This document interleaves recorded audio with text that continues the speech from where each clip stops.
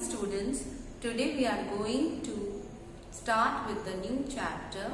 The name of the chapter is A Day with Nandu. So, who was a Nandu? We are going to see inside our textbook. Nandu is a small baby elephant and he lives with his mother inside a herd. Now we are going to talk about herd. What do you mean by herd? There are so many animals which live in group. Why? Because whenever they want to feed or they want to attack, they move in a group. And when they are in group, it is becoming their strength. Okay, so let us learn and read more about Nandu in our textbook. Now, see the page number 17, chapter number 3, A Day with Nandu. Here, Nandu is a baby elephant. He was sleeping. He woke up suddenly. Where was he? He was not sure. Nandu जो एक छोटा सा baby elephant था वो सो रहा था और वो सडनली उठ गया और उसने क्या देखा और वो उसने क्या पाया उसको समझ में ही नहीं आया। जैसे आप अचानक उठते हो तो आपको नहीं समझ में आता, वैसे ही नंदू को समझ में नहीं आया। उसने देखा it seemed to him that he was surrounded by a forest of big grey tree trunks. He was nervous. Oh, mother, was there only the grey forest that he had imagined he was in was actually the legs and trunks of his family members. जब वो उठा तो उसने surrounded मतलब अपने आप को क्या पाया, उसने देखा कि वो घिरा हुआ है फॉरेस्ट में, जंगल में, जहाँ बड़े बड़े झाड़ हैं, पेड़ हैं, लेकिन उनके जो स्टेम का ऊपर वाला हिस्सा है वो ग्रे कलर का है। स्टेम का ऊपर वाला हिस्सा ग्रे कलर का होता है या ब्राउन? यस, ब्राउन कलर का। लेकिन नंदू ने क्या देखा, उसने क्या सोचा कि ग्रे कलर का है, लेकिन वो बहुत नर्वस हो गया, मतलब वो थोड़ा बहुत डर गया। उसने देखा अरे मेरी माँ है मेरे साथ, और फिर उसने जब अच्छी तरह देखा और समझा, उसने देखा कि अरे ये तो मेरे फैमिली मेंबर्स हैं, उनका ट्रंक है और लेग्स हैं। ट्रंक मतलब एलिफेंट्स के जो सूंड होता है, आपने आगे देखा है ना लंबी सी, उसको हम ट्रंक बोलते हैं, और लेग्स जो ग्रे कलर के हैं। ठीक है, तो पेड़ नहीं है बल्कि लेग्स एंड ट्रंक्स उसके फैमिली मेंबर्स के ग्रे कलर के हैं। ये देखो ये किसकी पिक्चर है? नंदू की। चलो अब हम आगे चलते हैं। Let us read about more about Nandu. नंदू's nani is the oldest in this herd of elephants. At noon, she trumpeted a loud sound and started moving towards the jungle. Nandu की नानी, नानी मतलब नंदू की मम्मी। जैसे आपकी भी नानी होती है, आपकी मम्मी की मम्मी, वैसे ही नंदू की भी नानी है जो सबसे हेड है उनके हर्ड में। हर्ड मतलब ग्रुप ऑफ एनिमल्स। तो नंदू की नानी सबसे ओल्डेस्ट है, सबसे समझदार है, और सारे एलिफेंट्स उसको सुनते हैं, समझते हैं और फॉलो करते हैं। तो उन्होंने दोपहर में एक जोर से आवाज निकाली, जैसे हाथी आवाज करते हैं, और सब उसके पीछे पीछे चलने लग गए। The other female elephants started to follow her. Nandu also went with them. Nandu भी सारे एलिफेंट्स के साथ चलने लगा। Let us move to page number 18. Now see this paragraph. The herd reached the jungle. All the female elephants went to different places and started eating twigs and leaves of different trees. After eating, they moved towards the river. The baby elephant enjoyed playing in water.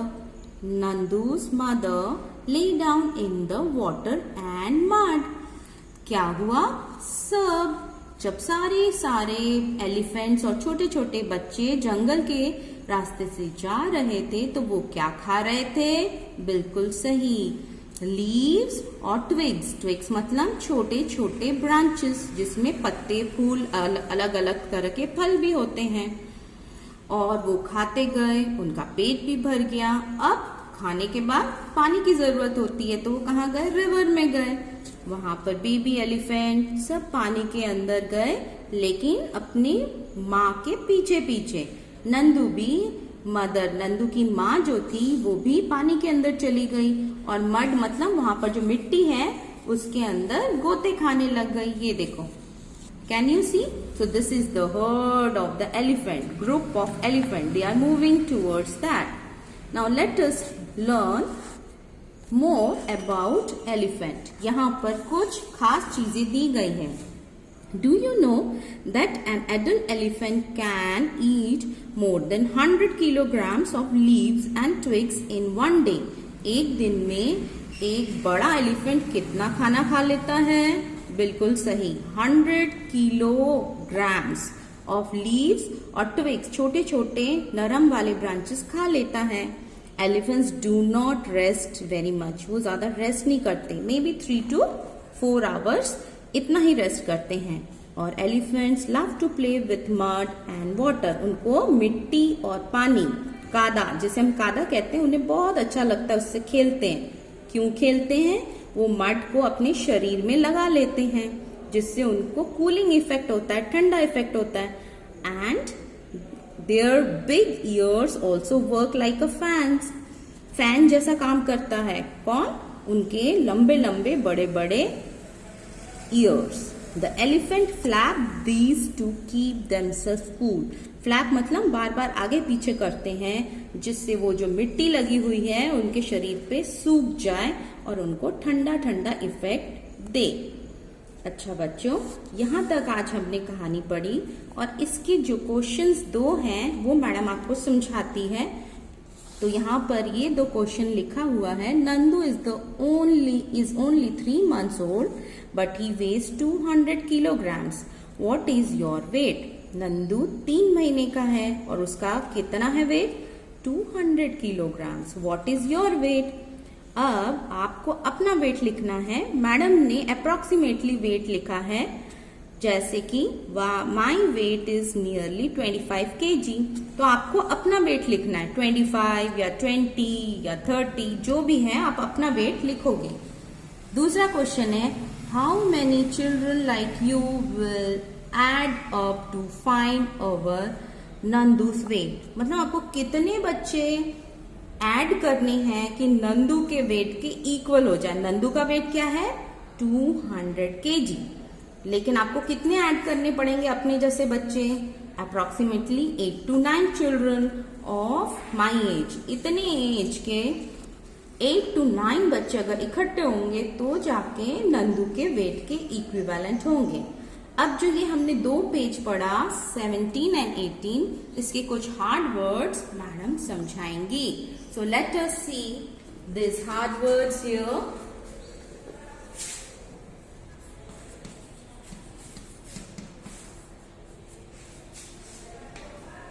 See the hard words. The first word is surrounded. Meaning of that is go all around somebody.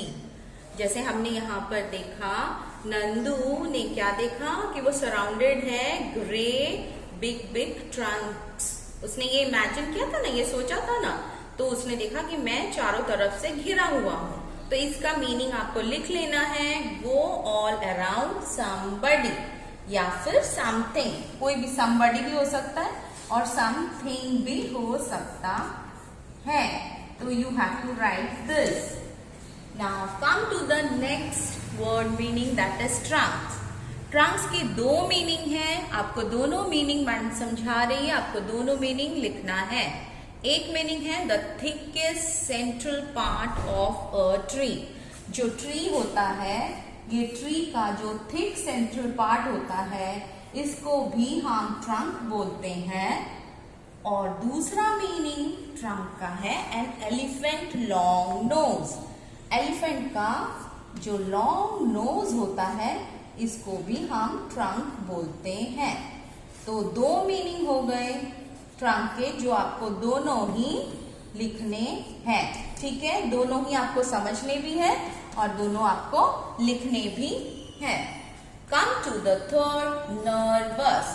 Nervous मतलब worry और afraid. जैसे अचानक कोई आपसे सवाल करता है और आपको नहीं आता तो आप वरीड हो जाते हो, आप डर जाते हो, तो उसको हम बोलते हैं नर्वस होना। जैसे अगर आपने प्रिपरेशन नहीं की पढ़ाई और आपसे किसी ने कुछ सवाल किया तो आप नर्वस हो गए, लेकिन अगर आपको आता है तो आप फटाफट आंसर दे सकते हो। ठीक है, come to the fourth, that is bird. Ma'am ने अभी समझाया कुछ एनिमल्स होते हैं, they have a large number of animals that live मतलब रहते हैं और फीड करने के लिए साथ में रहते हैं। जैसे अभी एलिफेंट का देखा, और ऐसे लायंस भी होते हैं, लायंस भी साथ में रहते हैं लेकिन वो अटैक करते हैं। जब वो अटैक करते हैं दूसरे एनिमल्स के ऊपर तब वो भी साथ में ही करते हैं। तो यहाँ पर आप देखोगे डिफरेंट एनिमल्स हैं जो हर्ड में रहना पसंद करते हैं। इसमें आप बहुत सारे देख सकते हो, ज़ीब्रा है, वाइल्ड बीस्ट है, एलिफेंट्स हैं, लायंस हैं, बहुत सारे ऐसे, वुल्व्स हैं। ये सारे एक साथ रहना पसंद करते हैं क्योंकि उन्हें खाना ढूंढने में, अटैकिंग करने में, ये सब में मदद मिलती है। ठीक है, चलो अब fifth one is trumpet.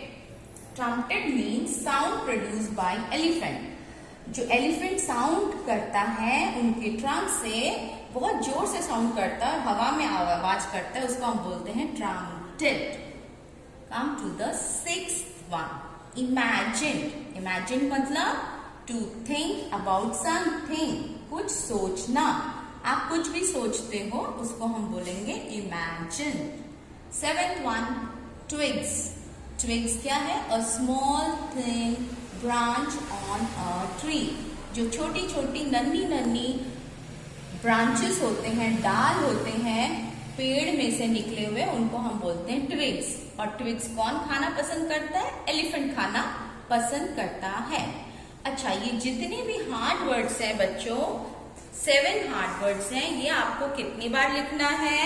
You have to write 3 times with the meaning and you have to loudly, you have to speak. आपको बोलना भी पड़ेगा, जब आप बोलोगे तो आपको याद भी हो जाएगा।